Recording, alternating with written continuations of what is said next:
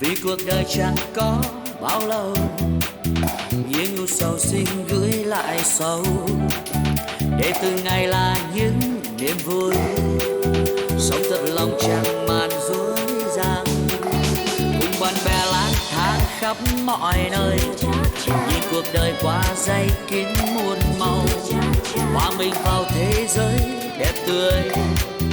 và nụ cười mang đến yên bình. Hãy cứ là mình quần jean áo thun, bước những con đường đầy ắp tiếng ca, sớm với tách trà lắng nghe tiếng chim hót bên thềm.